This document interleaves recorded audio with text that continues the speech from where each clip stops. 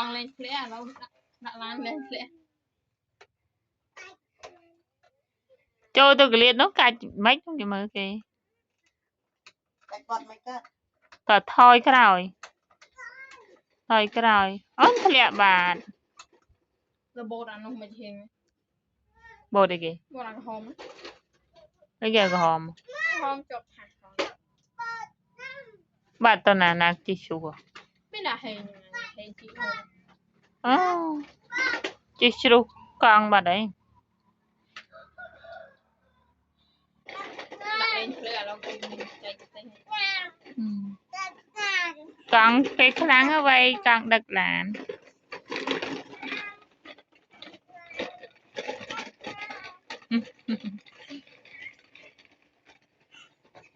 nãy vậy con cái kháng chừng làn thế này ở bên con ở bên bọ ở bên bọ mau bố mà khơi ông rớt tất cả